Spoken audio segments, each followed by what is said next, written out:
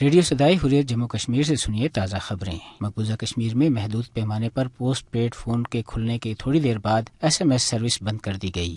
سری نگر میں پابندیاں مزید سخت کر دی گئی ہیں، سڑکوں پر رکاوٹیں، ناکے اور خاردار تاریں لگا دی گئی ہیں، جبکہ مسلسل لاک ڈاؤن کو آج 72 روز ہو چکے ہیں۔ مقبوضہ کشمیر میں بھارت کی طرف سے دفعہ 370 کی منسوخی کے خلاف کشمیری خواتین نے سری نگر کے لال چوک میں احتجاجی مظاہرہ کیا۔ بھارتی فورسز نے مظاہرے میں شامل خواتین پر بدترین تشدد کیا اور 1 درجن سے زائد خواتین کو گرفتار کر لیا گیا۔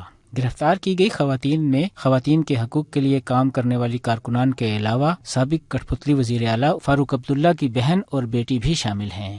گاندربل میں بھارتی قابض فوج مسلسل 22 روز سے محاصرے اور تلاشی کی کارروائی کر رہی ہے، جبکہ 2 نوجوانوں کو گرفتار کیے جانے کی اطلاع ہے۔ نوگام کپواڑہ میں بارودی سرنگ کے پھٹنے سے ایک بھارتی فوجی ابھیجیت ہلاک ہو گیا ہے۔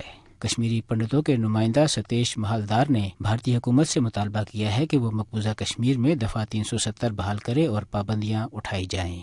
سکھوں کی تنظیم اکال تخت کے سربراہ گیانی ہرپریت سنگھ نے RSS کو دہشت گرد تنظیم قرار دیتے ہوئے بھارتی حکومت سے اس پر پابندی عائد کرنے کا مطالبہ کیا ہے۔ گزشتہ روز شوپیاں میں نامعلوم مسلح افراد نے ایک ٹرک ڈرائیور کو قتل کر دیا ہے، جس کا تعلق بھارتی ریاست راجستھان سے ہے۔ بھارتی سول سوسائٹی کا کہنا ہے کہ مقبوضہ کشمیر میں دفعہ 144 نافذ ہے، جبکہ مودی کے سب اچھا ہونے کے دعوے جھوٹ کا پلندہ ہیں۔ اس کے ساتھ ہی خبریں ختم ہوئیں۔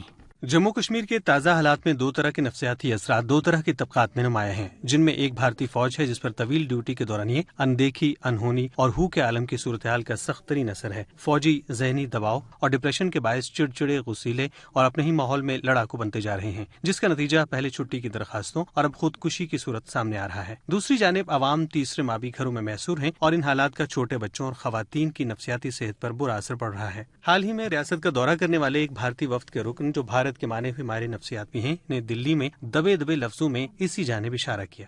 یہ جو 5-6 دن ہم نے گزارے وہاں، میں سائیکیٹرسٹ ہوں، میرا نیچرلی فوکس یہ تھا کہ لوگوں کی ایموشنل ریئیکشن کیسی ہے اور علاج کے بارے میں کیا ہو رہا ہے، کیونکہ فون نہیں ہے، ایمبولینس نہیں ہے، سڑکیں بند ہے، ہیلتھ کا جو سسٹم ہے بہت ڈسرپشن ہوئی ہے، ایمرجنسیز نہیں دیکھی گئی۔ آپ کو کیا لگتا ہے کہ کیوں ایسے ڈیسیژنز لینے کی ضرورت ہے؟ ایسے ڈیسیزن لینے کی بالکل بھی ضرورت نہیں ہے، یہ پیورلی پولیٹیکل ریزنز ہیں جنہوں نے بھی ڈیسیزنز لیا، اس میں کوئی ہیومینیٹیرین یا کوئی سیانی بات نہیں تھی، اور ایک خراب سچویشن کو بہت ہی خراب کر کے چھوڑ دیا۔ کشمیر کا جو سین ہے وہ مڈی ہو گیا ہے اور خطرناک ہو گیا ہے۔ اگر بھارت جموں کشمیر کے لوگوں کی جائز آرزویں دبائے گا، خواہشات و احساسات کا گلا گھونٹے گا، تو اسے یاد رکھنا چاہیے کہ وہ نئی نسل کے ذہنوں کو پلوامہ جیسے واقعات کا رزق بننے کی خود ترغیب دے رہا ہے۔